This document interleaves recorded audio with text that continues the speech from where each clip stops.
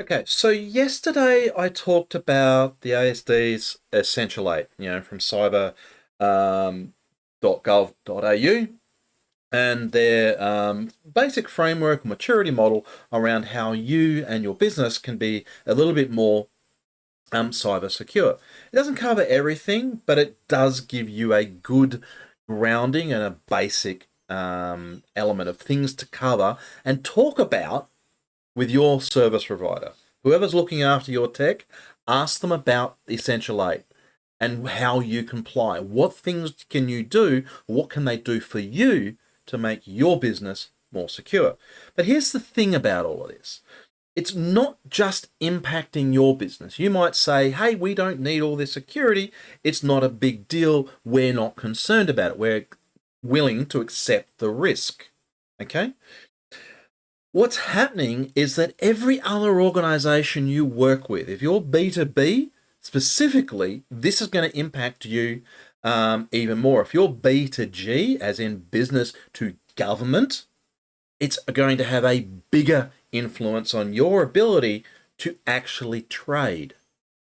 The reason is that most government agencies here in Australia are now asking for how you comply against the ASD Essential 8.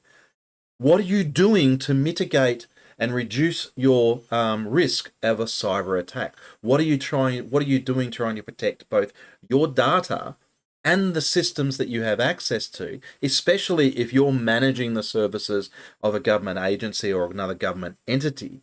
What are you doing to reduce the risk for them?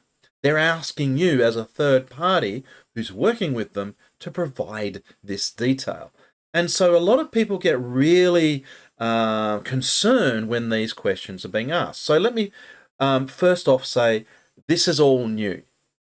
So the government agencies and departments are still trying to get up to speed with this. They're starting to ask their suppliers, the vendors, and every other consultant and agent and organization that touches or works with them to get an understanding of how big this problem is, right? They want to know where you are. So I answer it honestly, right? Answer it honestly and say, we don't comply. Where's no level none, level 0 on these ones, level 1 here, and maybe level 2 there, right? So answer honestly, but also provide guidance back to these agencies in terms of what you're doing about it, how you're trying to close the gap, where you know your gaps are, and what you're trying to do to mitigate these risks.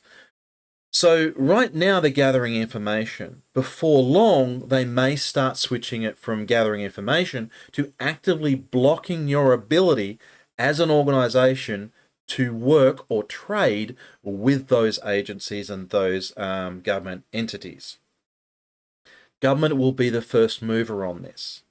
They're pushing very, very hard around this, but you will find that larger enterprises will start moving on this. So even if you're not necessarily, or don't believe that you're necessarily impacted by all this cybersecurity stuff, your suppliers, your business partners, your customers, your vendors, and any other organization you work with is going to be asking how you comply against this.